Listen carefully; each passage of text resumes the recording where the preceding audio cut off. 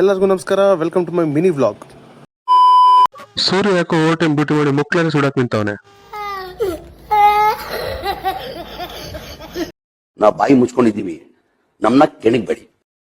ನಮ್ಮೂರಲ್ಲಿ ನಡೀತಿರೋ ಗೋಧಿ ಹಬ್ಬಕ್ಕೆ ಬರುವಂತ ನೆಂಟರುಗಳಿಗೆ ಊಟ ಹಾಕೋ ವ್ಯವಸ್ಥೆ ಮಾಡುವಂತ ಜಾಗಕ್ಕೆ ಸೀಟ್ ಹಾಕ್ತಿರುವಂತ ಈ ಕೆಲಸದಲ್ಲಿ ಇವತ್ತು ಕೊನೆ ದಿನ. ಈ ಕೊನೆ ದಿನದಲ್ಲಿ ಕಲ್ಲು ಹಾಕಿದ್ರು, ಕಲ್ಲೆಲ್ಲ ಸಿಮೆಂಟ್ ಎಲ್ಲ ಪ್ಯಾಕ್ ಮಾಡಿ ನೀಟಾಗಿ ರೆಡಿ ಮಾಡಿಕ್ತಾ ಇದ್ರು. ಇದನ್ನೇ ನೋಡ್ತಾ ಇದ್ದೆ. ಮೊನ್ನೆ ಒಬ್ರು ವ್ಯಕ್ತಿ ಬಗ್ಗೆ ನಿಮ್ಗೆ ತಿಳಿಸ್ಕೊಡ್ತೀನಿ ಅಂತ ಹೇಳಿದ್ದೆ. ಆ ವ್ಯಕ್ತಿ ಯಾರು ಅಂತ ನಾನು ತೋರಿಸ್ತಾ ಇದೀನಿ, ಬನ್ನಿ. ಈಗ ಮಾತಾಡಜ ಸಿಗ್ಬೇಕಾಗಿ ಮಾಡ. ಇದೇ ತರ ಕೆಲಸ ಮಾಡ್ಕೊಡ್ತೀನ್ರಿ ಬೇರೆಯವ್ರಿಗೂ ಮಾಡ್ಕೊಡ್ತೀರಾ? ಭಾಳ ಅಚ್ಚುಕಟ್ಟಾಗಿ ಎಷ್ಟು ದಿನದಲ್ಲಿ ಮಾಡ್ಕೊಡ್ತೀರಾ?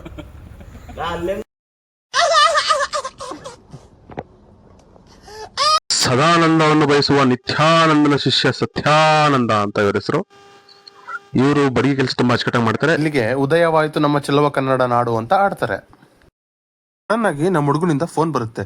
ನಾನು ಏನೋ ಅರ್ಜೆಂಟ್ ಇರ್ಬೋದು ಅಂತ ಕಾಲ್ ರಿಸೀವ್ ಮಾಡಿ ಹಲೋ ಅಂತ ಕೇಳಿದ್ಮೇಲೆ ಏನಾಯ್ತು? ಮಂಜಣ್ಣನ್ ಜೊತೆ ಬಂದು ಅವ್ರ ಬೈಕ್ ಹೊಡ್ಯಕ್ ಆಗ್ದಲೆ ಸಿಟ್ಟಲ್ಲಿ ಮುಳ್ಳೆಲ್ಲ ಹೊಡೆದು ಪಂಚರ್ ಮಾಡ್ಕೊಂಡು ಅಲ್ಲಿ ಪಂಚರ್ ಮ್ಯಾಟ್ರಿಗೆ ಒಂದ್ ಕತೆ ಇದೆ, ಕೇಳ್ಕೊ ಬನ್ನಿ. ಪಂಚರ್ ಆಯ್ತು ಅಂತ ಬೈಕ್ನ ಸುಡಕ್ಕಾಗತ್ತಾ? ಬೇರೆಯವ್ರ ಮಾತು ಕೇಳಿ ಇನ್ನೊಬ್ರ ಯೋಗ್ಯತೆ ಅಳಿಯಕ್ಕಾಗತ್ತಾ?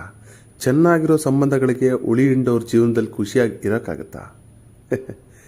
ಓಕೆ, ಪಂಚರ್ ಆಗಿರೋ ಮ್ಯಾಟ್ರ್ ಅಲ್ವಾ?